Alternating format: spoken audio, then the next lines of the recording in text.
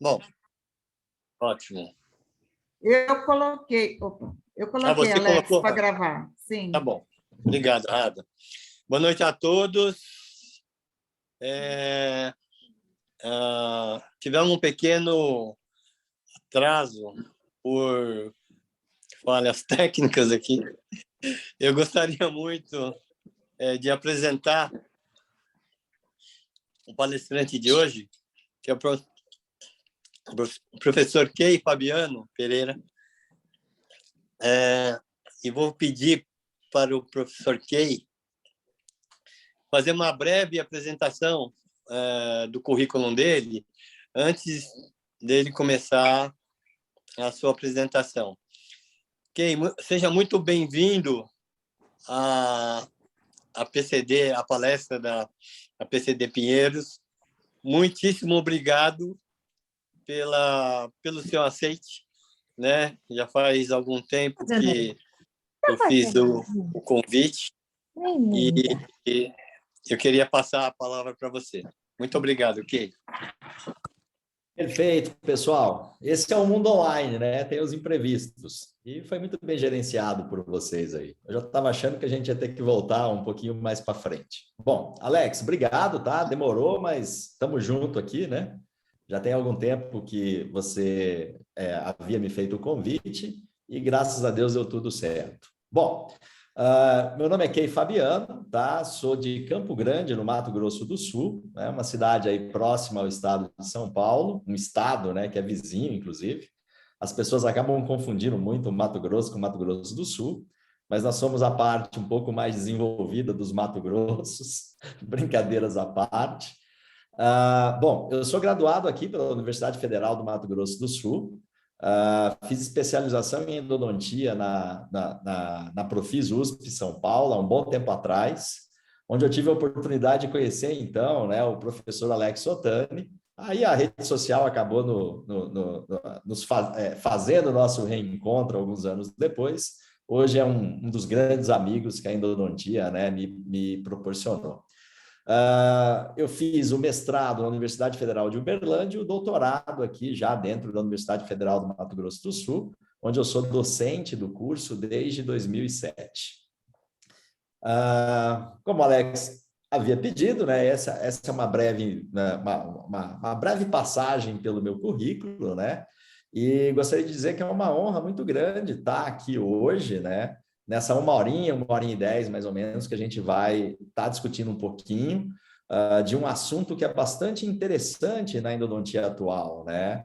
Um assunto que parece não ter fim de tantas coisas, né, que a gente vem aprendendo aí nesses últimos anos com relação à tomografia com MBIM. E eu acredito que seja necessário, né, esse tipo de atividade, né, essas aulas online, para a gente poder estar estimando o valor, né, principalmente dessas indicações da tomografia, que gera bastante dúvida ainda na maior parte aí dos profissionais, principalmente os profissionais que já têm algum tempo, né, de graduado, e as coisas andam muito rápido nesse campo. Então, a gente vai passar aqui e vai discutir principalmente o impacto. A gente vai falar de indicação, vai falar como solicitar o exame, mas, assim, através de casos clínicos, até para ficar uma dinâmica bem interessante, bem bacana, a gente vai discutir o impacto, né, na tomada de decisão ali, desde o diagnóstico, passando pelo plano de tratamento, até o prognóstico daquele caso, daquele tratamento ou retratamento ou cirurgia, né? Procedimentos esses aí que são rotineiramente realizados na endodontia. Então, vamos lá. O mapinha do Brasil aqui, né? Vocês estão aqui em São Paulo, Mato Grosso do Sul é bem próximo, né? É um estado bastante reconhecido aí pelo seu potencial dentro do agronegócio, né? Como é também o Mato Grosso, que é o estado mais acima. E dentro do turismo, a gente tem a região do Pantanal e principalmente Bonito, né? Que é uma cidade bastante reconhecida no mundo inteiro, né? Inclusive com voos diretos atualmente de Campinas e de Guarulhos. Está bem fácil chegaram até Bonito, né? Ficou bem pertinho agora, com São Paulo aí ligando, né, o resto do mundo aqui ao estado do Mato Grosso do Sul. Bom, essa é a universidade da qual eu faço parte do corpo docente, né? Eu me formei, me graduei aqui, meu pai graduou aqui, embora não seja dentista, meu irmão mais velho também se graduou aqui, então é uma universidade que existe há mais de 50 anos, né? É uma das federais, né, que existem no país. Hoje, inclusive atualmente, ela é dirigida por um endodontista, que é um colega nosso da mesma disciplina, que é o professor Fábio Nacal. Então, quem quiser conhecer a Universidade Federal, vai ser sempre um prazer tê-los por aqui, recebê-los aqui. Bom, a gente vai basear, então, a aula em 3 pilares, tá? Então, como solicitar e analisar o exame tomográfico? Quais são as indicações, que aqui gera bastante dúvida, que a gente vê colega pedindo exame tomográfico para absolutamente qualquer tratamento de canal, né? Embora essa seja uma vontade de muitos, existem diretrizes para que sejam feitas essas indicações, que a gente vai discuti-las daqui a pouquinho. E a discussão sobre o impacto do exame no processo de tomada, né, de decisão do tratamento ali. O diagnóstico, o plano de tratamento e o prognóstico, para ficar mais leve, a gente vai tentar fazer essas discussões através de exemplos de casos clínicos, tá? Bom, como é que eu solicito o exame, então? O endodontista, ele tem que ter uma proximidade com o radiologista que ele se dirige, ao centro de radiologia que ele se dirige normalmente.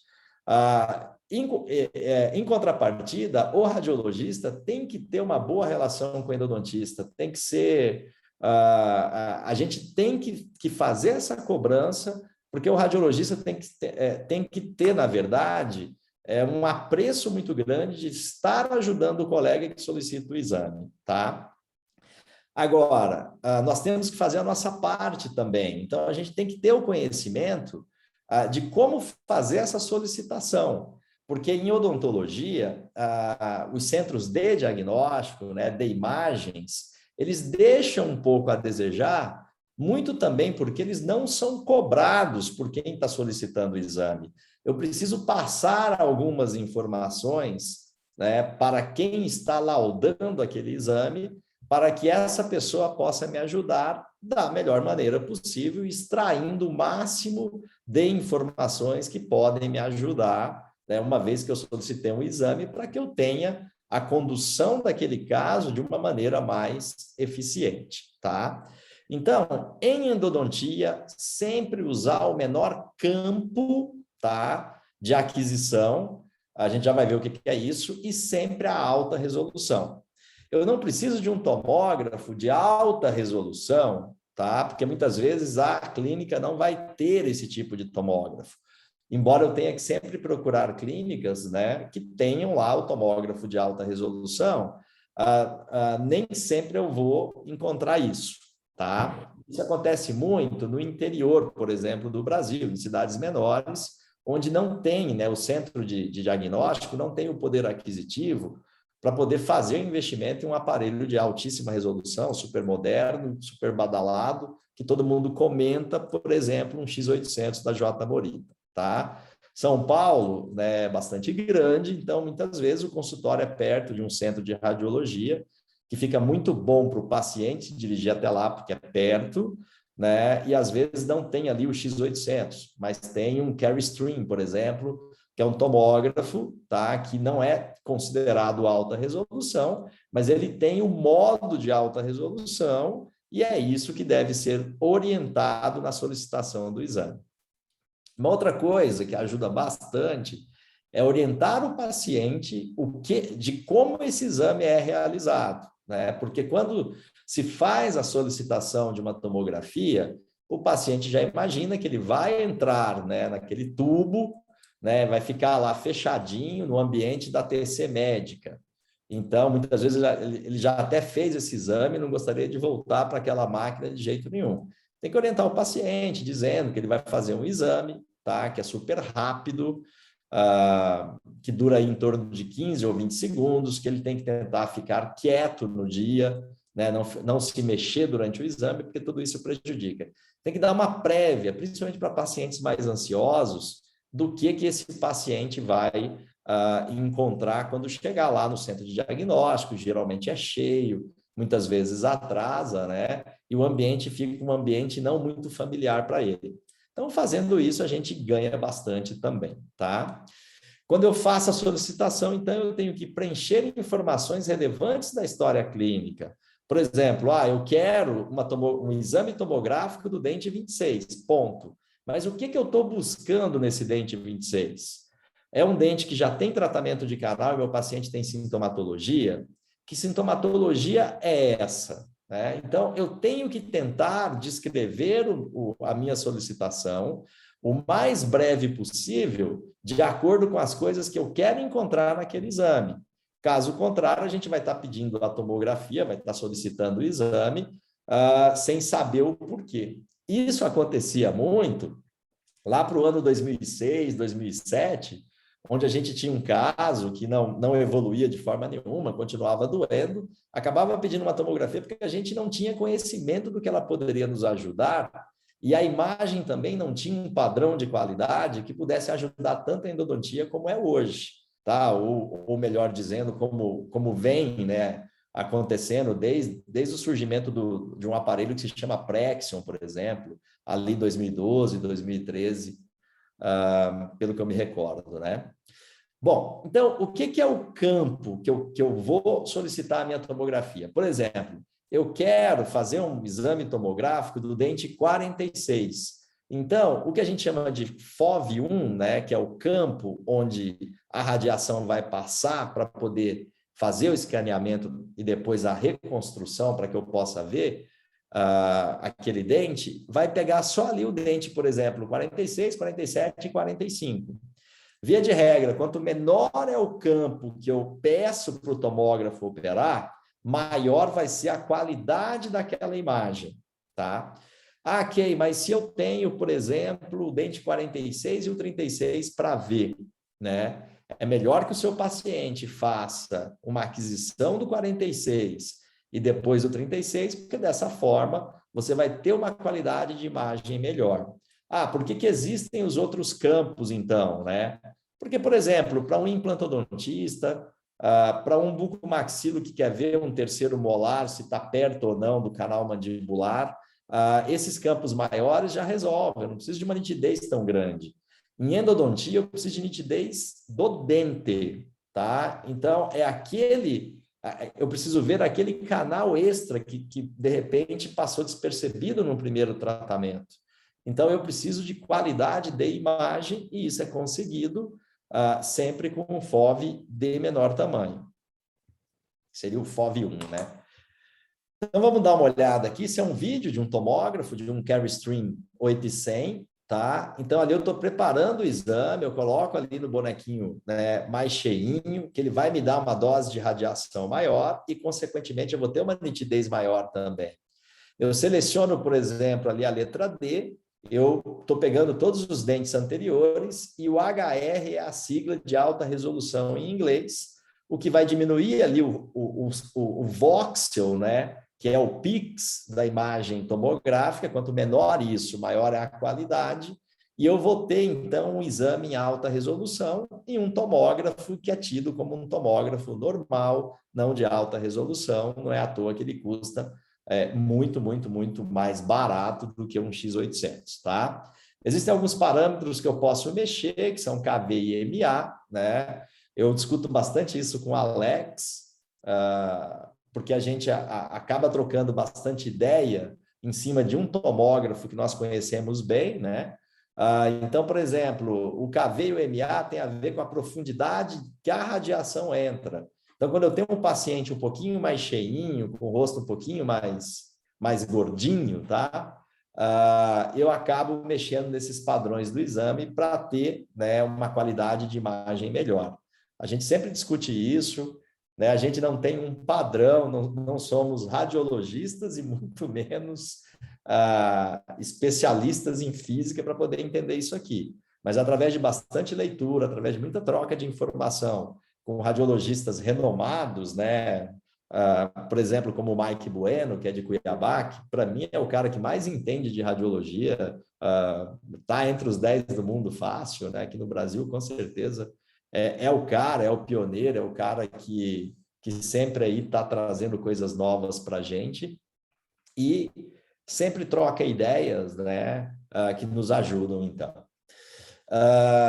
Bom, o que mais se estuda hoje na tomografia Cone-Beam? Os artefatos, né? Porque é realmente, gente, muito frustrante eu fazer um exame tomográfico e ter esse monte de raio branco e raio escuro, né? Que são os artefatos claros e os artefatos escuros, atrapalhando a visualização da minha imagem, tá? Então, não é bacana isso.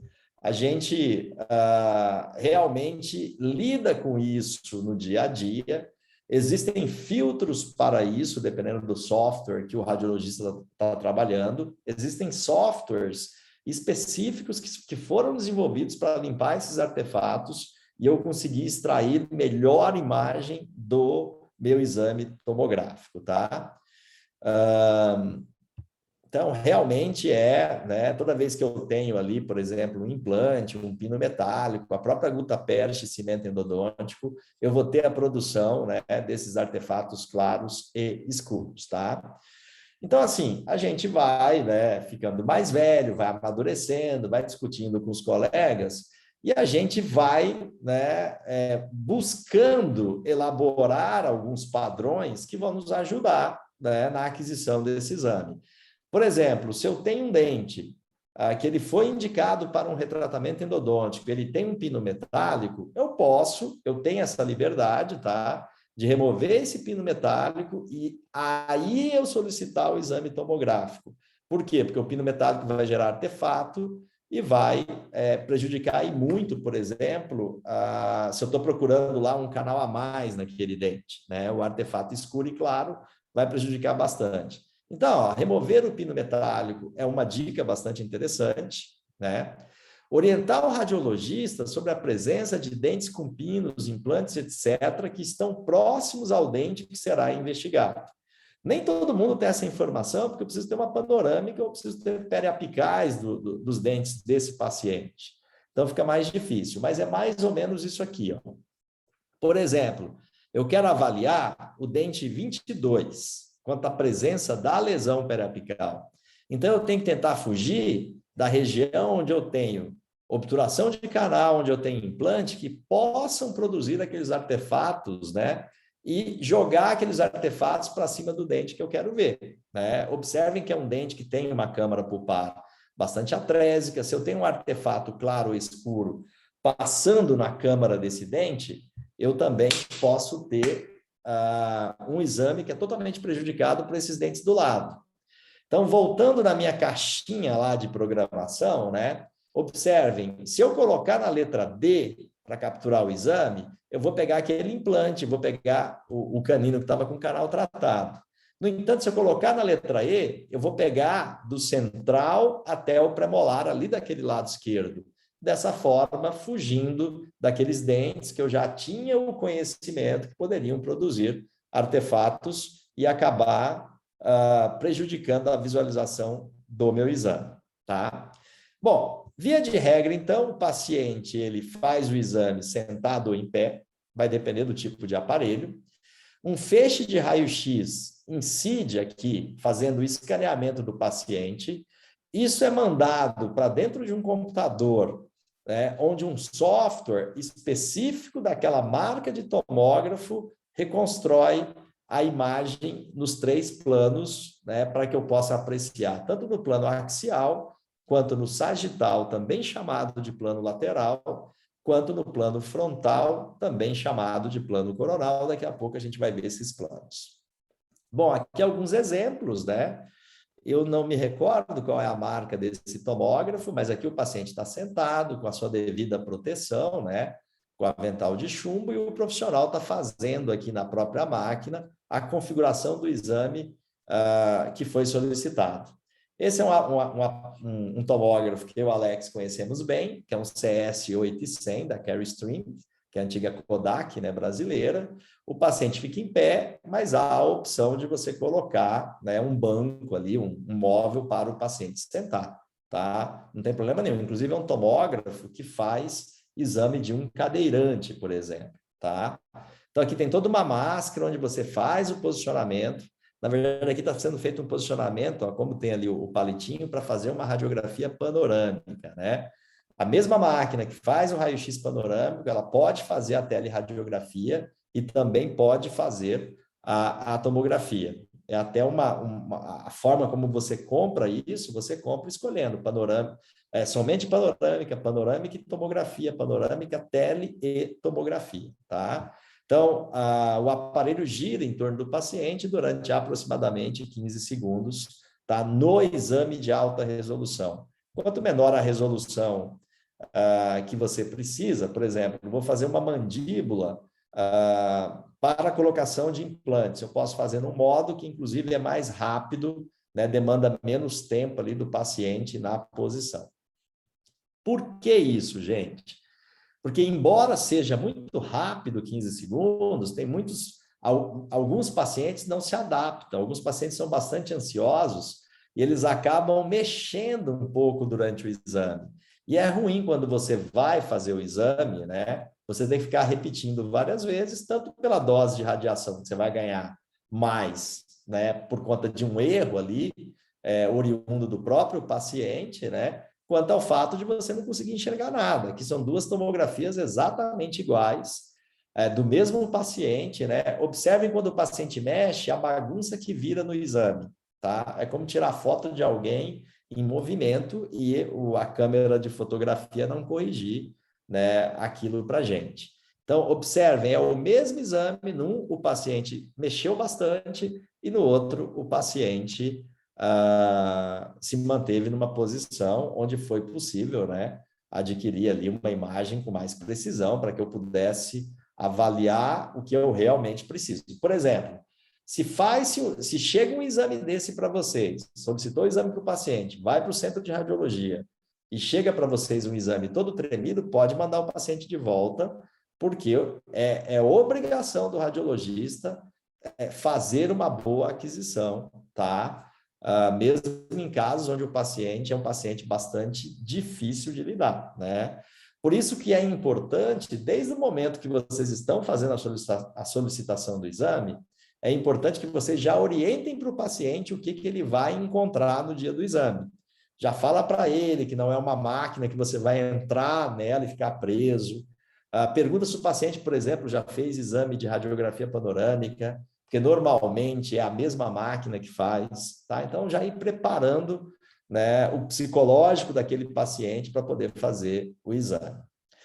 Há um erro também das clínicas de radiologia. Por exemplo, o dono da clínica da direita aqui é muito amigo meu há muitos anos e a dona da esquerda também. A justificativa deles para encher, né, o formulário, né, a requisição, e não deixar nenhum espaço vazio ali para a pessoa escrever alguma coisa, que acabam pegando as requisições deles, né, que eles mandam para os consultórios, e ficam fazendo de rascunho.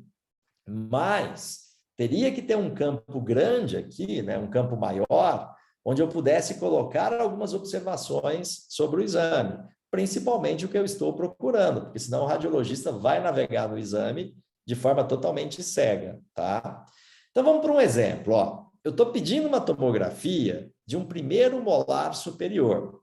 O meu principal motivo é a localização do canal MV2, que a cada 10 primeiros molares, 9 vão ter esse segundo canal na raiz mesovestibular.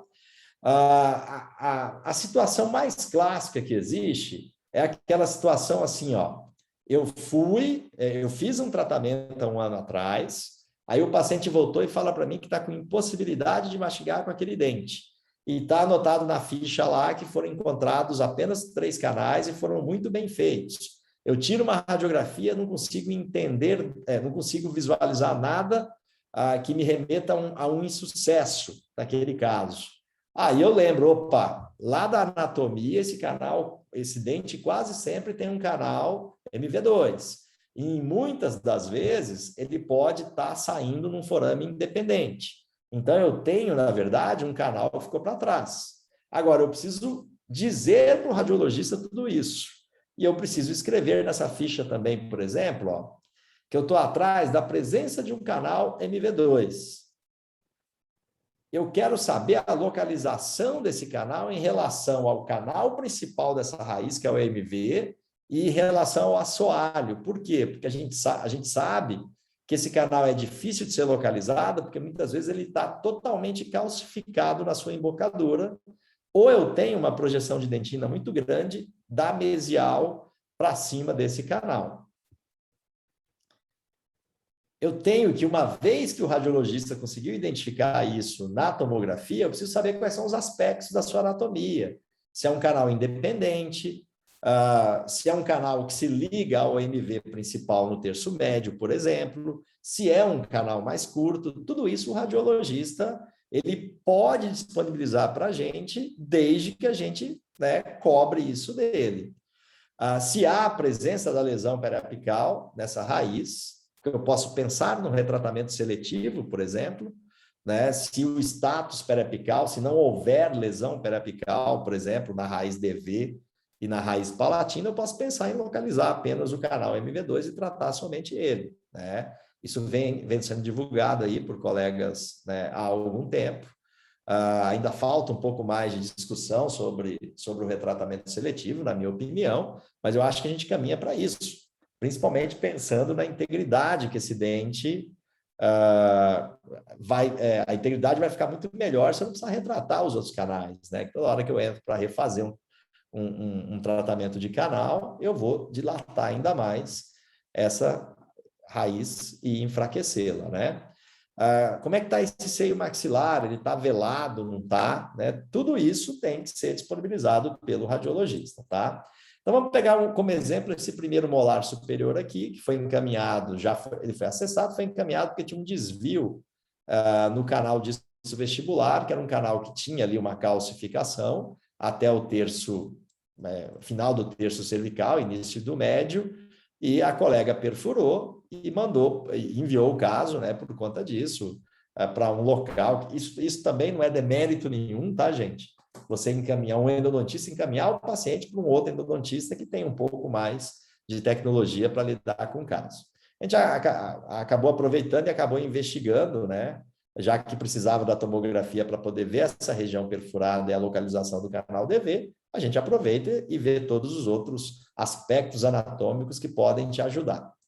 Então, assim, ó, aqui está o assoalho, então, do canal do primeiro molar superior, canal disto vestibular, canal mesovestibular, e toda essa região que está mais lisa aqui, ó, já foi passada uma ponta de ultrassom e a gente não tem ideia de onde pode estar o canal, a menos que você tenha uma tomografia. Então, quando eu estou com a tomografia em mão, eu consigo ver que aquele canal é um pouquinho distante do MV principal, tá? É uma localização um pouco atípica, geralmente ele é um pouco mais perto. Só que a tomografia está me dando essa informação, inclusive eu posso fazer medições sobre dessa distância. Eu posso continuar desgastando, mas mais no ponto onde a tomografia está me dando a informação que eu tenho o canal. Outras características são medidas também, tá? São apreciadas, como nesse caso aqui, os dois canais se uniam e acabavam num forame único. Eu tenho ali também a presença da lesão periapical e tem um velamento do seio maxilar. Tudo é em função, gente, do exame tomográfico, que a gente vai ver daqui a pouco, tudo é em função dessas paralaxes aqui, ó, desses dois eixos, ó. Imagina que esse eixo aqui, né, lilás, roxo, ele é uma faca que está cortando o ápice nessa região. Então, onde eu tenho aqui as linhas roxinhas, eu tenho a formação da imagem daquele corte, o que vale também para a linha azul. É que aqui não está aparecendo, mas teria que ter um azulzinho aqui. Ela está me fazendo um corte, passando reto ali. Eu estou colocando a paralaxe, né, perpendicular ao longo eixo daquele canal, e eu estou conseguindo ver a raiz ali de forma reta, terminando no único forame e a lesão periapical. Daqui a pouquinho a gente vai falar sobre isso, tá? porque além de tudo, a gente tem que tentar extrair do radiologista o máximo de coisa que tem, mas o mais correto que existe é eu navegar no exame tomográfico do meu paciente, eu conseguir extrair as informações que vão me ajudar durante o atendimento daquele caso, tá? Temos que continuar sendo amigos do radiologista para que ele possa também nos tirar algumas dúvidas com relação a essa questão da navegação, ou se eu estou diante de uma lesão que eu não tenho conhecimento, né? Não sei o que pode ser aquilo, o radiologista tem que estar sempre pronto para nos ajudar. Então, aquele caso, a gente desgastou, então, o hipoclorito, às vezes, né, borbulha na entrada do canal. Então, a gente tem ali o MV2 localizado com uma lima número 8, né, que saiu bem torta do canal, o que significa que eu tenho que trocar, que não adianta achar o MV2 se eu quebro uma lima lá dentro. Então, tem que ter bastante consciência, bastante cuidado nessa fase inicial de negociação aí do canal MV2, como qualquer outro canal atrésio que a gente tenha, né, nos outros dentes. Depois eu vou entrar com o meu instrumento rotatório, aí eu vou seguir, fazer odontometria, fazer o meu preparo biomecânico, e esse caso, ele inclusive está aqui na aula, porque ele é um caso bastante curioso por ter um MV2 bem longe da entrada do MV principal, tá? Então, quer extrair o máximo possível de coisas da tomografia, tem que fazer uma solicitação do exame, tentando descrever o que vocês querem encontrar, que pode auxiliar o radiologista a fazer as imagens estáticas daquela região e nos auxiliar durante o nosso atendimento, tá? Aqui algumas vistas, né, mostrando que realmente era um canal que se juntava ali no terço médio com o MV principal. Bom, como analisar esse exame tomográfico, então, é onde eu acredito que todo endodontista tem que chegar, tá, gente? Então, eu não tenho tempo, é difícil para mim, puxa, eu acho que o radiologista tinha que me mandar mais mastigado as coisas, né?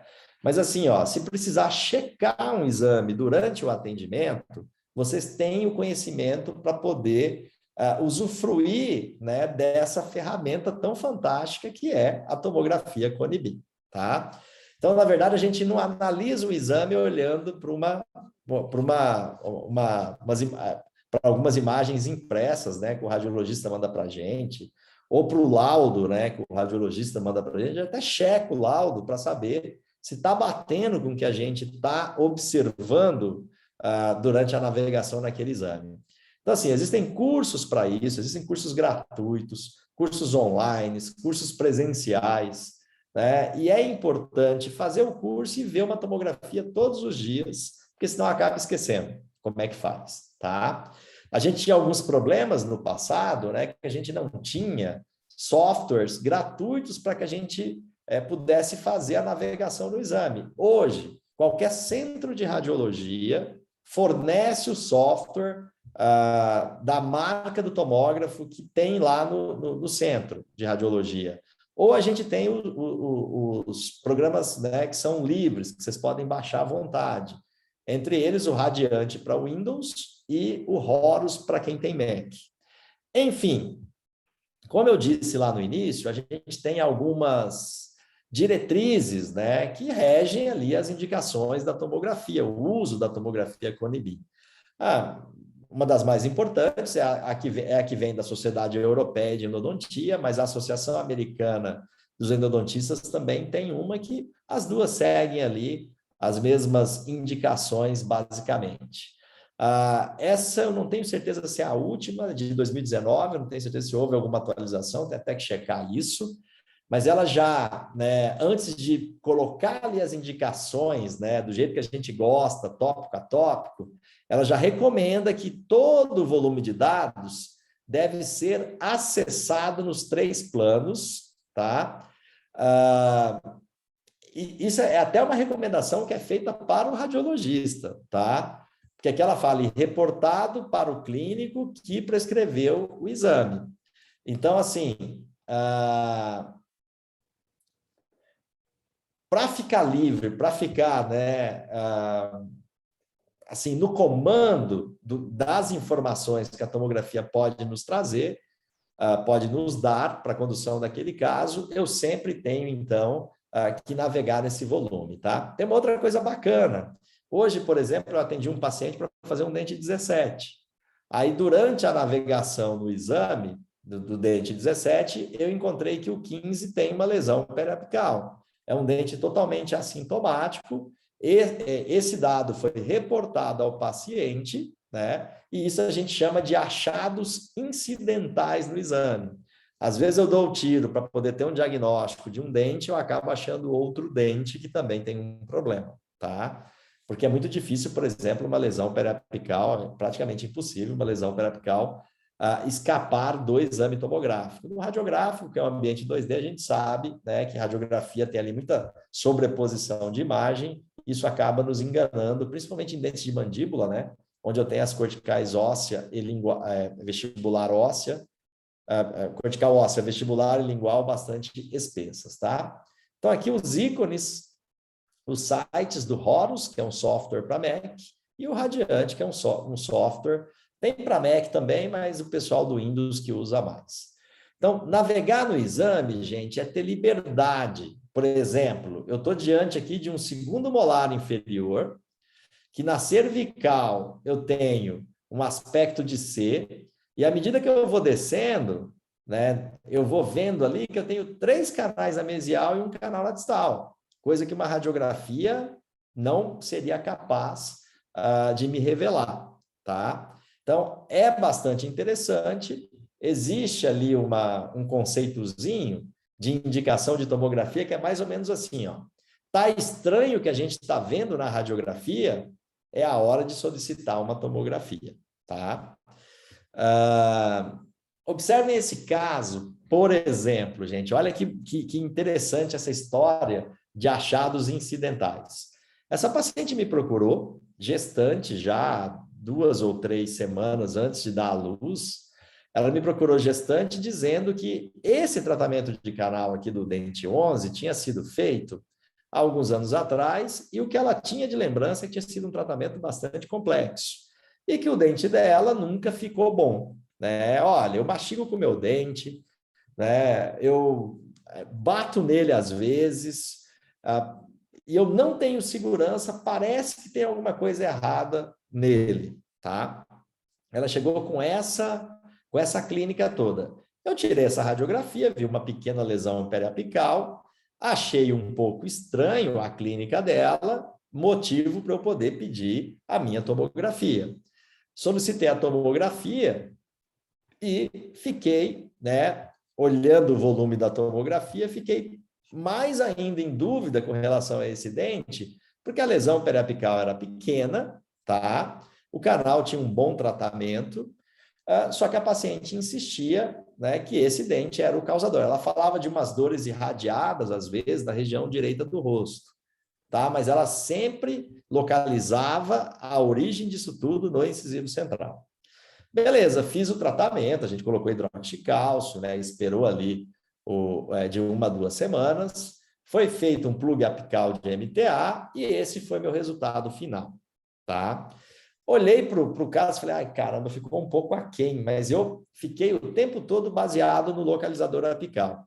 Se a gente voltar aqui, ó, e vocês observarem, onde está a seta do mouse aqui, a parede vestibular desse dente é bem fina. Então, o que eu imaginei? Né? Vamos seguir o localizador, porque daqui para cima eu vou estar fora do canal. Né? Então, vamos deixar o tampão ali dentro, que eu acredito que eu vou estar na saída vestibular do canal. A paciente saiu daqui, foi embora, né? E eu falei, vou dar uma olhada nesse volume de novo para checar essa informação, se realmente eu não fiquei muito aquém, né? Porque a mulher chegou com um tratamento legal, que eu fiquei na dúvida se precisava refazer ou não. Aí eu vou lá, refaço, ainda fico bastante aquém. Fui lá checar o central dela de novo. Fui checar o central e me deparo com o premolar. Navegando no volume do exame, o central está aqui, ó. Navegando no volume do exame, de repente eu acho uma cárie gigante no segundo premolar superior da paciente, tá? que provavelmente todas as dores dela estavam advindo desse dente. Acabei ligando para a paciente, poder retornar até o consultório. Há muitos anos, toda tomografia que eu peço já vem o arquivo DICOM para eu poder navegar no volume do exame. Mas também vem o papel impresso que é entregue no consultório. Eu acabei mostrando para a paciente também que ninguém laudou o premolar dela, e de lá para cá, né, já é uma coisa sustentada pelas diretrizes, né, que regem as indicações da tomografia.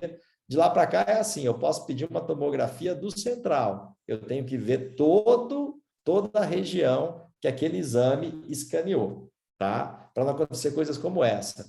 Mas, puxa vida, Key, você não... A hora que o paciente relatou que estava com uma dor nessa região, por que você não examinou os outros dentes?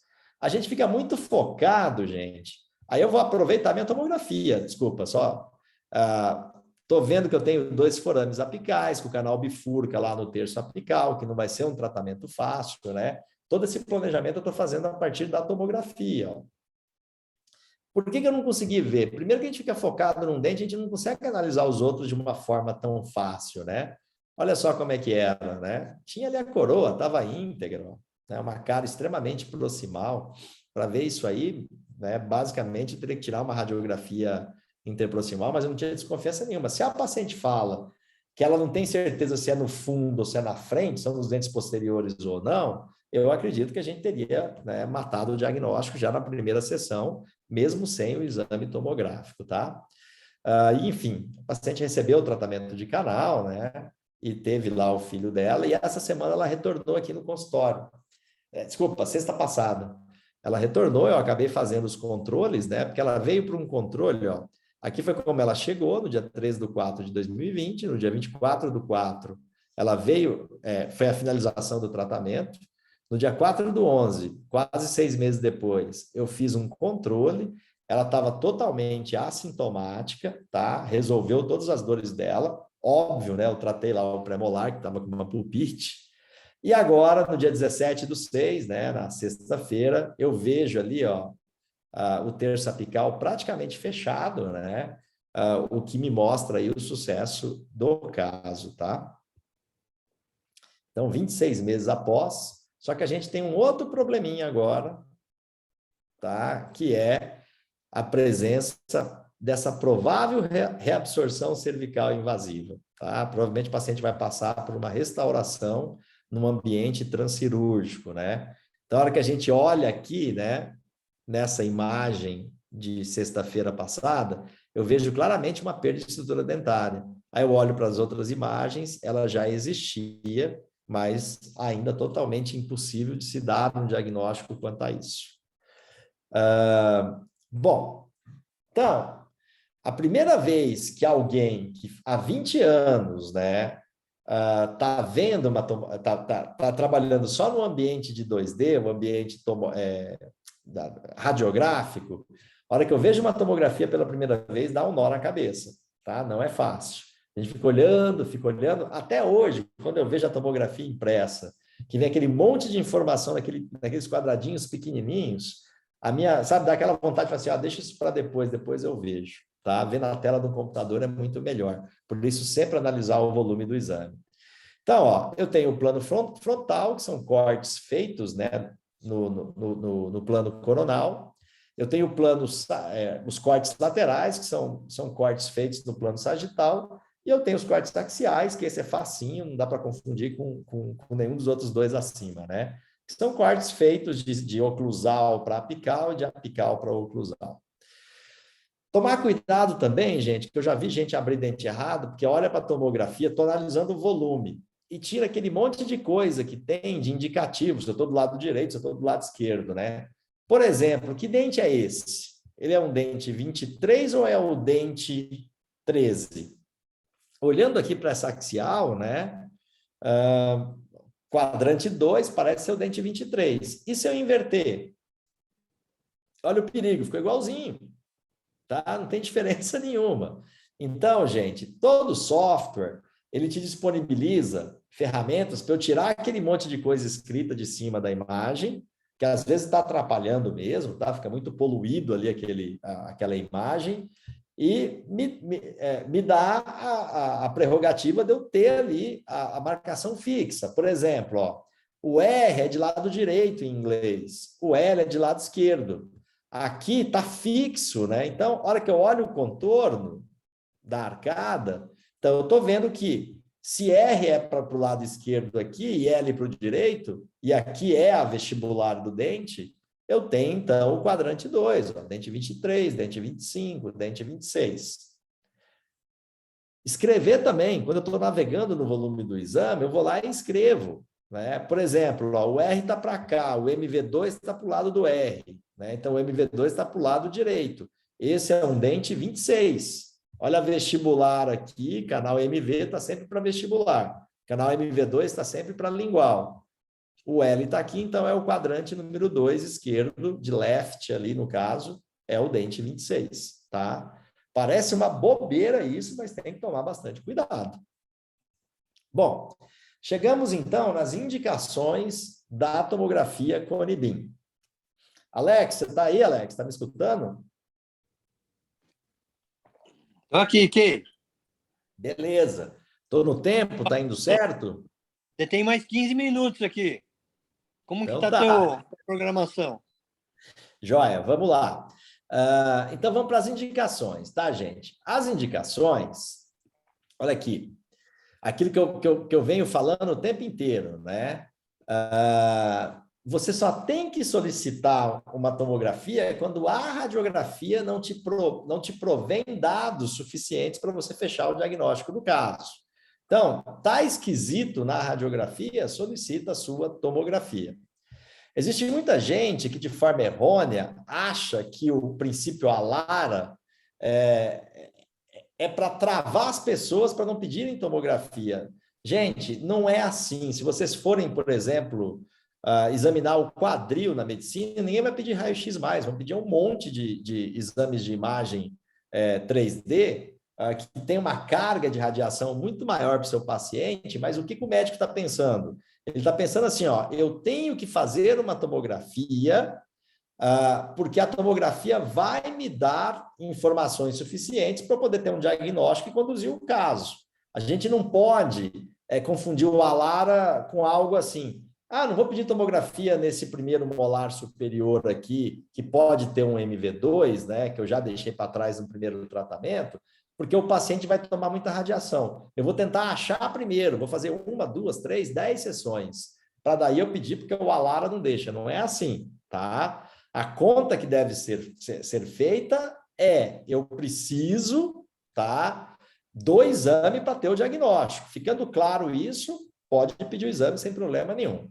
Passar um pouquinho rápido aqui, a gente tem que tomar, né, os cuidados, o radiologista também toma, então é a mesma coisa da radiografia, afastar um pouco para fazer, ter o avental de chumbo, ter ali uma proteção onde está o tomógrafo, né? Esses são os cuidados dentro da clínica de radiologia.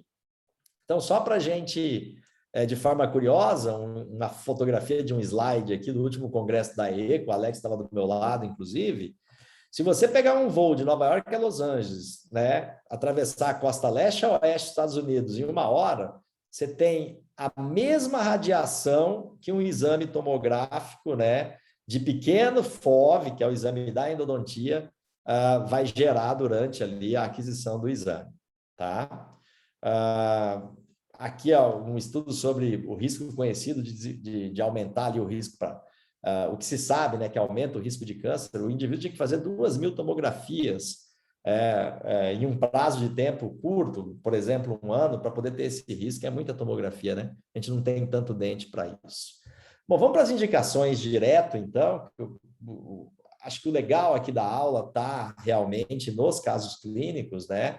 Então, eu uso para pesquisa de patologias periapicais. Um paciente que tem um trauma dentoalveolar é um paciente que a gente tem que começar o planejamento dele com a tomografia.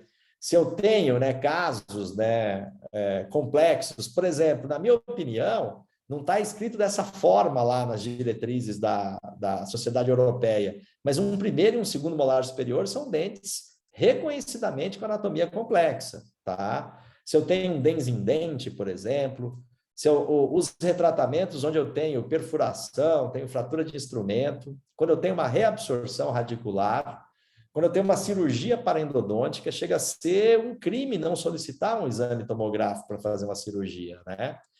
A identificação da localização espacial em canais que estão obliterados, né, que sofreram ali a metamorfose cálcica. Detecção de mudanças no osso perirradicular indicativas de fraturas radiculares. Isso é bem legal. Então, vamos lá.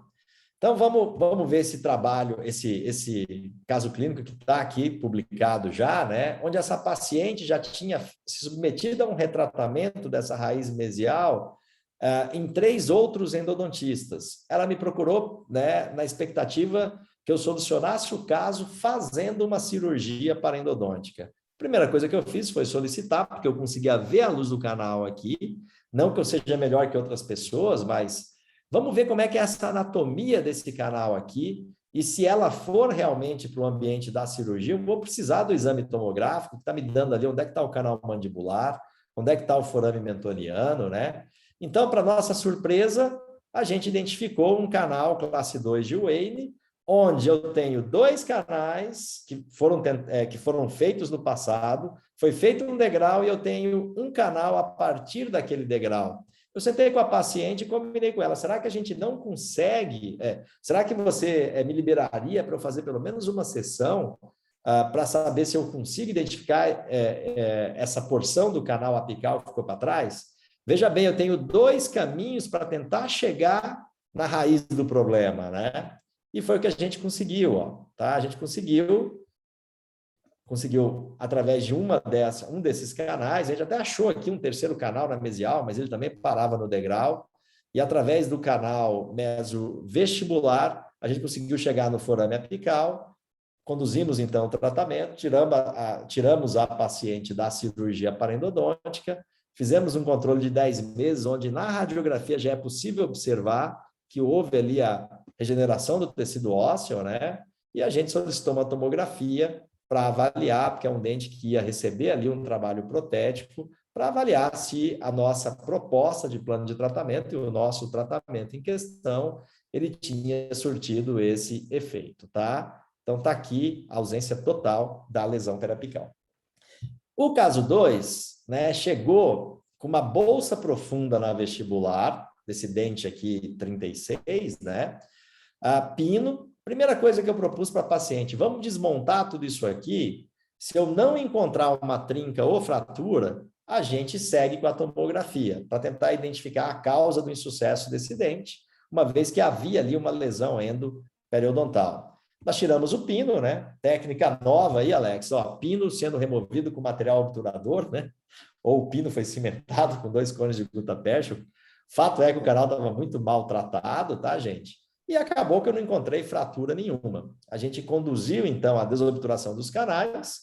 Isso tudo foi feito na primeira sessão, a paciente estava liberando esse sudato por aquele suco na vestibular, e aí nós pedimos a tomografia e, para nossa surpresa, veio essa imagem devastadora desse baita cisto periapical, né? A paciente foi encaminhada para o bucomaxilo, ela recebeu ali, né, uma cirurgia, onde foi nucleado o cisto e colocado o BIOS, e essa paciente, 1 ano depois, voltou, ela vai estar lá para frente no final da aula, tá? Então, observem que eu tinha osso, na minha interpretação, aqui o organismo fez uma via de drenagem, né? Eu não tenho a destruição dessa parede óssea toda aqui, fez uma via de drenagem, estava drenando pelo sulco, o dente apresentava uma certa mobilidade, aumentou o espaço do ligamento periodontal, por isso que a minha sonda entrava ali. Seguimos, então, com retratamento de canal. O caso 3 é um caso onde o paciente se queixava de dor no lado esquerdo da face e todos os dentes estavam normais, com vitalidade normal, respondendo ao teste de vitalidade, só esse molar que tinha uma pequena cárie aqui na distal, e a gente acabou solicitando a tomografia em busca de uma resposta para o que estava acontecendo ali, e acabou que a gente se deparou com um seio maxilar totalmente velado, nenhum dente com lesão periapical, todo mundo normal, com a saúde pulpar totalmente normal, e o paciente foi encaminhado, então, para o otorrino. essa sinusite não era de origem, então, dentária, mas ela promovia dor de dente nesse paciente. O caso 4 é de um cara que entende pouco de endodontia, que é o Hugo Bastos. A hora que eu pego uma radiografia e encontro isso, né, tudo começa com uma tomografia para que eu possa planejar aquele caso, inclusive estimando se é um dente que vai responder bem ao tratamento endodôntico, tá, gente? Então, baseado na tomografia, o Hugo fez todo um planejamento, tá? E acabou tendo aí um êxito muito grande, conseguiu limpar ali grande parte daquela anatomia complexa do dentes em dente, e aqui já o controle 2 anos depois, mostrando que o caso foi solucionado, basta olhar para a imagem do meio aqui, baita lesão periapical, aqui o osso totalmente normal. Passar rapidinho aqui sobre os molares superiores, tá?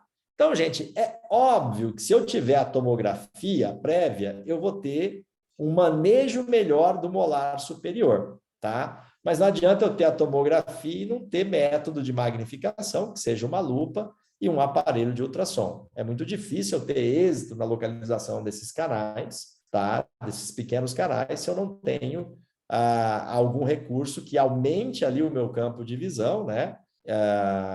Que me dê o aumento para poder procurar aquilo e que também me dê algum recurso que me dê um desgaste pontual e seletivo da região, no caso, um ultrassom. Dá para eu trabalhar com broca aqui? Dá, gente, mas é perigoso eu fazer uma perfuração, tá? O que não pode é fechar o olho para isso aqui. Quando eu tenho MV2 e acontece isso, como nessa foto famosa aqui do professor Bramante, ó, beleza.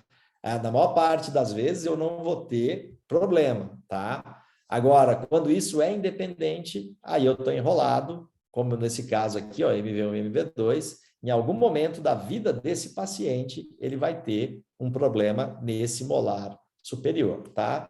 Então, aqui um exemplo clássico, canais bem tratados, paciente, né, com sintomatologia à mastigação, a gente faz a tomografia e identifica ali, ó, um canal MV2 bem mais curtinho que não foi tratado, tá? Então, aqui a gente fez um retratamento seletivo, parece loucura, hoje em dia as pessoas já não metem reciproque em MV2, né? A gente fazia isso o tempo todo naquela época, há alguns anos atrás, né? Hoje a gente não coloca mais porque a gente sabe que a reciproque ela pode romper parede ali, porque aquele canal é muito fininho. Foi colocado hidroxicálcio, foi feito um retratamento seletivo, e aqui olha onde é que saía esse canal e o motivo pelo qual ela tinha sintomatologia. Um ano depois, o controle, tá? Até aumentou um pouco ali a lesão, né? Mas o paciente totalmente assintomático, a gente acredita que seja uma reação de uma fibrose, até porque esclerosou bem, aqui dá para ver bem, né? A lâmina de tecido ósseo ali na região. Paciente totalmente liberado para o trabalho protético, tá? O Alex deve estar aí, isso é uma das coisas que me chama a atenção com relação ao biocerâmico, Alex. No biocerâmico você vê o osso grudado na raiz mesmo, sabe? E no H+, às vezes a gente tem essa fibrose ali, né? Embora ele seja um produto extremamente biocompatível, às vezes o organismo dá uma estranhadinha nele ali. O caso 6, né? É um caso, ó, ninguém está vendo lesão, ninguém está vendo nada. Tem uma necrose aqui, tem um abaulamento da região do palato, e eu tenho, então, né, a drenagem de um abscesso ali em fase inicial, né? O que me chamou a atenção é que eu apertava o palato da paciente e o exudato purulento subia, né, pelo interior dos canais. É um primeiro molar superior, solicitamos uma tomografia, tá? Vou passar rapidinho aqui, ó. Então, a gente tem uma baita lesão endoperiodontal envolvendo a raiz palatina. O que isso pode ajudar no meu planejamento, gente? Hoje eu sei que, por exemplo, biocerâmico, que é um cimento endodôntico novo no mercado, ele tem um potencial osteogênico legal, né? Então, ele sempre é a minha primeira escolha nas lesões endoperiodontais. E aqui a gente usou o biocerâmico da Septodonte, que é um produto francês, disponível aqui no Brasil, né? E a gente teve um comparativo com 100 dias, é secretária do vizinho essa paciente, então com 100 dias a gente colocou ela no tomógrafo e podem observar na imagem da esquerda o tanto de ganho de osso, a área radiolúcida não tem mais, com apenas 100 dias, tá, gente? Então a gente não faz tomografia com 100 dias, tá? Aqui foi basicamente um caso onde a gente tinha muito acesso ao paciente e a gente queria realmente verificar, né? Não é ainda uma coisa unânime, a gente tem ciência sobre isso, mas só um caso também não é o suficiente para a gente falar que o biocerâmico produz osso em uma semana, por exemplo, tá? Mas ele é o nosso produto de escolha, né? Quando eu tenho esses casos de grandes lesões periapicais. Então, com 100 dias, a gente teve aqui uma volta, né? Está tendo ainda do tecido ósseo ao normal, bastante acelerada, tá? Aqui uma vista, por exemplo, lateral do caso, né? Seria um corte sagital, aqui o canal, a raiz palatina. Então, bem interessante. O caso 7 é aquele caso assim, puxa, as raízes estão muito próximas na radiografia ao canal mandibular. Ah, tudo bem, vamos fazer uma tomografia porque ela é mais ou menos assim, ó, eu tenho de repente um motivo grande para pedir a tomografia e o fato de eu pedir para deixar o procedimento mais seguro, para eu saber se essas raízes estão em contato ou não com o canal mandibular, já vai me dar a anatomia toda desses canais aqui, vai deixar o tratamento muito mais seguro para você e para o seu paciente. Então, o canal mandibular estava pertinho. Esse é aquele caso, Alex, a gente tira raio-x da lima, da prova do cone, né? Aperta com bastante carinho a obturação. Ok. Oi. Ok, deixa eu te interromper só um minutinho aqui. Desculpa. Pode falar. Devido ao adiantar do horário aqui, eu gosto, claro que vai ficar com aquele gostinho de quero mais, mas eu vou pedir encarecidamente para que você vá aos pouquinhos encerrando já nesse caso número 7, para que a gente tenha algum tempo de perguntas e respostas e para que a gente não estenda demasiadamente o tempo que a PCD Pinheiro sempre propôs para que fique aquele gostinho de quero mais. Tá? Perfeito, Alex. Tá Perfeito. bom? Sem problema. Deixa eu só encerrar com o caso 8, tá? Tá bom, tá bom. Eram 10 casos, vamos ficar 2 para trás. Depois a gente disponibiliza. Então, okay. O caso 8 é o caso onde o inimigo se deu mal, né? É uma brincadeirinha, né? Nem sempre o implante é o inimigo, né, da gente, muito pelo contrário. Muitas vezes ele salva um dente que estava perdido.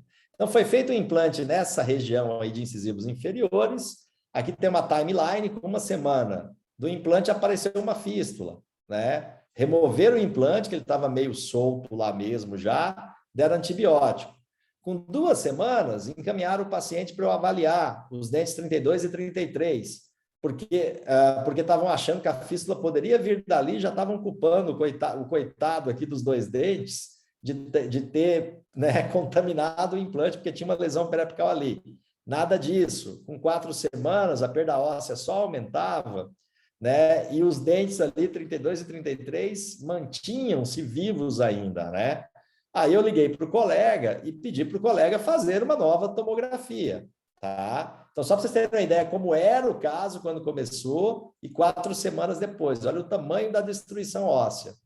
E a nova tomografia revelou que durante a realização do implante houve uma fratura da mandíbula ali naquela região, tá? Então, tinha aquele fragmento solto, fazendo com que a infecção perpetuasse. Então, aqui o pré e o pós, e uma imagem 3D, né, do implante que deu errado, né, e acabou, esses dentes estão na boca, a gente acabou tendo que tratar o canal do 32, estão na boca, fizeram um enxerto e estão aguardando aí agora um tempo para a realização de um novo implante, né? Um azar danado, mas o diagnóstico da região só foi possível mesmo com o novo exame tomográfico. Alex, estou à disposição. Vou parar de compartilhar aqui, tá? Tá. Ok. Vou pedir aí para o pessoal que está nos assistindo, quem quiser fazer algum comentário, quiser tirar alguma dúvida desse meu grande amigo aqui, que, para falar a verdade, eu falei para ele fazer uma aula bem básica, né, para o clínico geral, e eu aqui estou babando, adorei, aprendi um monte de coisa. Viu, Né? Alex? Viu, Alex? Eu tentei acertar a aula para o clínico, mas é muito difícil a gente fugir, né, das indicações do exame. Então, eu acho assim, já que a gente não consegue, porque assim, só te cortando um pouquinho, desculpa te interromper, mas o que, que a gente vê muito, o que, que eu vejo muito no aluno meu aqui, quando eu estou lá dando a aula para ele de tomografia? Às vezes eu fico com a sensação que o dentista acha que ele que vai ter que pagar o exame tomográfico, sabe? E não, o que a gente tem que ter é o conhecimento de que eu preciso do exame naquele caso. Entendeu? Então, assim, a primeira coisa é eu me certificar, olha, eu preciso pedir o exame nesse caso porque eu não tenho como dar um diagnóstico, porque eu não tenho como conduzir um tratamento dessa forma, sem o exame tomográfico. A gente vê colega nosso fazendo tomo prévia, tomo pós para ver obturação, porque tem tomógrafo dentro do consultório, né? E não, a gente aqui, a ideia que tem que ficar eu preciso do exame, ele tem que ser solicitado, tá? Senão aí outro tratamento tem que ser feito. Por exemplo, muitas vezes o paciente, não quero fazer o exame, vai cair na implantodontia. A implantodontia vai solicitar a tomografia, não tem como a gente correr muito dela. Claro, e eu acho que é uma tecnologia que veio para ficar e a gente tem que aprender a navegar, né, no volume da tomografia, seja ela na endodontia, seja ela na implantodontia ou na cirurgia, né? Todo mundo precisa aprender a navegar, porque visualizar somente os templates, né, aquilo que o radiologista nos envia, é muito estático, né? Lógico que é estático.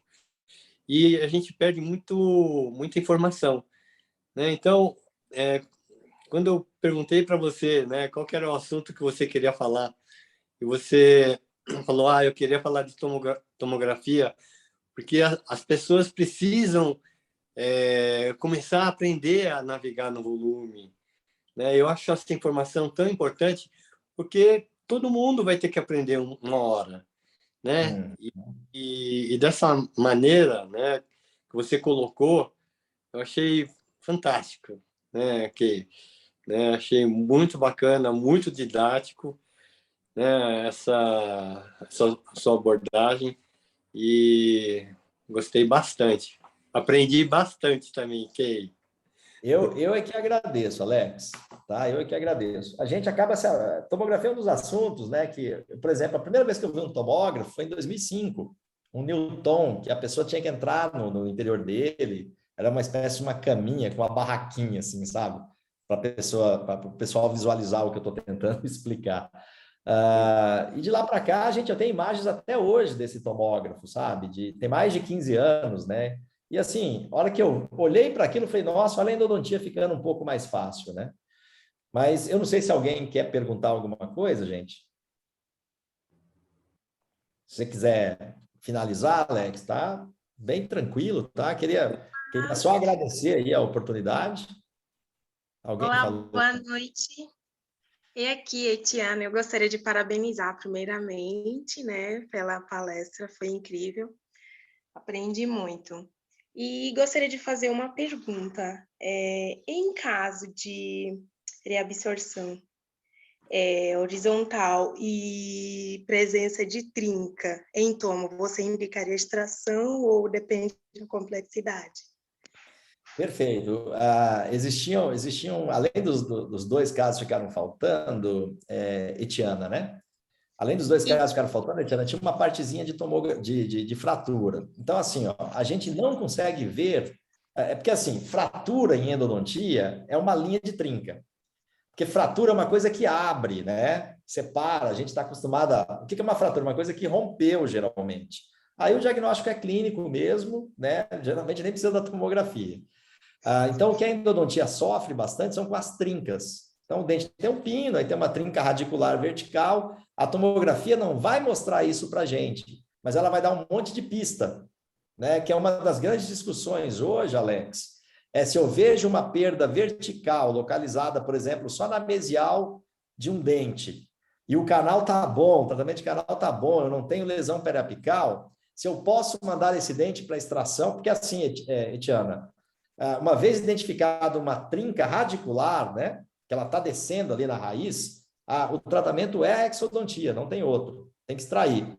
A grande dúvida é, eu submeto o meu paciente a uma cirurgia para identificar isso na microscopia, principalmente, ou só com a perda óssea vertical da tomografia eu posso já encaminhar esse paciente para a exodontia, que seria um diagnóstico ruim, né, de você dar para o paciente, mas ao mesmo tempo você não vai submeter ele a uma cirurgia exploratória, ou muitas vezes desmontar a prótese, a coroa protética, o pino, para que você visualize isso, né? Já vai direto para a extração. Esse é o grande que da discussão tomográfica hoje em dia.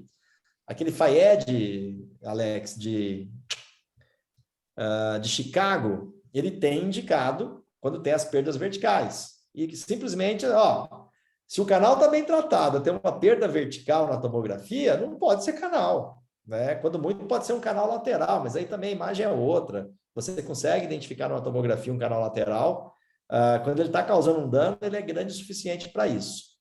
Só complementando a resposta à tua pergunta, quando eu abro um dente, por exemplo, e identifico uma trinca coronária em cima da câmara pulpar, e muitas vezes indo para a região do assoalho de um molar, eu preciso de uma tomografia para saber se eu tenho perda óssea ou não embaixo dessa trinca.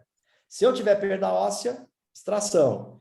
Se eu não tiver perda óssea, tratamento de canal e coroa total nesse paciente para fazer a férula. Isso não é invenção nem minha nem do Alex. Isso é muito bem documentado num trabalho de 2013 da Universidade da Pensilvânia, que o Alex já até passou por lá já, né, Alex? Do professor Kim.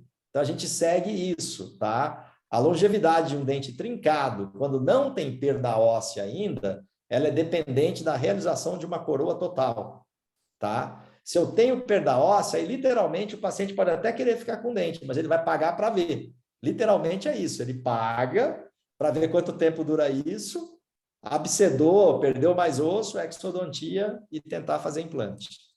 Não sei se eu consegui responder a tua pergunta. Conseguiu, respondeu sim. Na verdade, esse caso foi até interessante, porque clinicamente a gente não conseguiu visualizar realmente a presença de trinca, né? O paciente estava relatando sintomatologia e tal, daí a gente solicitou, né? O colega estava com bastante paciente, aí pediu para eu avaliar, daí solicitamos tomo e no tomo realmente a gente conseguiu visualizar a presença de trinca. Mas obrigada, respondeu sim. Perfeito, obrigado. Grande Alex. Obrigada pela aula. Obrigado a você. Você que abriu a sala, né? A Vânia foi o primeiro rostinho que eu vi aqui. Eu falei, olha a salvadora do Alex. Essa é a nossa amiga Vânia Trinca, nossa primeira vice da PCD Mas Pinheiro. não é trinca de canal, hein, tá? É uma das minhas maiores indicadoras, Kay. Show de bola, legal. Eu não sei se o Péricles está aqui nessa live, é o nosso presidente, se ele quer falar alguma coisa. Ei, tudo bom? Estou aqui, não me manifestei muito, que o começo foi tribulado, né? Que não estava dando para entrar. Muito interessante, e aí jogando confete, né? O Alex sempre elogia muito você. Eu acho que você também é parceiro de viagens deles, né? E de congressos, né? A apresentação foi muito boa. Agradeço aí a sua apresentação, tá bom? Eu que agradeço, Pérez, um prazer. Ô, Alex, o pessoal que está aqui, a maioria é o pessoal que viaja com você, ou já viajou. É o pessoal que queria viajar, a hora que te viu, né, na última viagem, né? Foi mesmo. O pessoal ficou cobrando, né, uma próxima viagem, foi isso? Isso, exatamente. Legal, Saquei. Lá para a Grécia. Grécia é bacana, hein? Já fui para a Grécia há um bom tempo atrás. Já mudou muita coisa. Mas o Alex, eu só fiquei sabendo foram eles que viajaram antes, né? Antes da pandemia com você? Exatamente, Eu 2019. só fiquei sabendo da viagem lá. Até falei, pô, Alex, não teria nem colocado Granada no roteiro, né? Porque você já acabou de passar aqui, mas deu tudo certo. Deu tudo certo. Legal, gente, bacana. Prazer em conhecer todos aí. Que logo a gente possa estar presencialmente, né? Exato, né? Vamos marcar aí numa próxima oportunidade, né? Você fazer aí uma apresentação na nossa sede, né? Se tudo der certo. Não Ok? precisa nem ser apresentação, pela cerveja tá bom. Tá bom. Eu acho que seria muito interessante a gente ir para Bonito, conhecer lá. Opa, com certeza. Quando quiserem. O que ele tem uns amigos que têm pousadas lá em Bonito e ele já está organizando isso, né? De repente a gente pode juntar a turma da PCD também. A hora que Ótimo. quiserem. Ótimo. Ok, eu queria muito, em nome da PCD Pinheiros, te agradecer, né, pela sua disponibilidade, pela sua disposição, sempre disponível, né, para a gente estar aí junto, trocando ideias, informações. Quer dizer, trocando não, você, né, deu um banho de conhecimento aqui para a gente, né? Eu quero muito te agradecer e poder contar com você para uma próxima apresentação, uma próxima live, ou uma próxima palestra aqui na PCD Pinheiros. Muito obrigado, Kay. Eu que agradeço, ó. Boa semana para vocês. Amanhã estou partindo para o Dental Canal. Infelizmente você não vai, né? Não vou. Mandarei fotos. Grande abraço, gente. Foi um prazer, tá? Parabéns, Abraço. hein? Abraço. Tchau. Tchau. Tchau, tchau. Rada, Oi. você pode Oi. parar. Vou pa- Você gravou tudo? Está gravado no teu computador aí, Rada? Eu acho que ficou no da central, viu? Não no meu. Sei. Eu vou tentar passar aqui no meu. Pessoal, bom. o que que aconteceu? Foi falha do ID ou o que que faltou? Depois a gente pode conversar sobre isso. Pode ser, Marcelo? Pode. Ok. Tá. Obrigado aí para você. Então, gente, boa noite para todo Boa Obrigado. mundo. noite. Tchau, tchau. Tchau.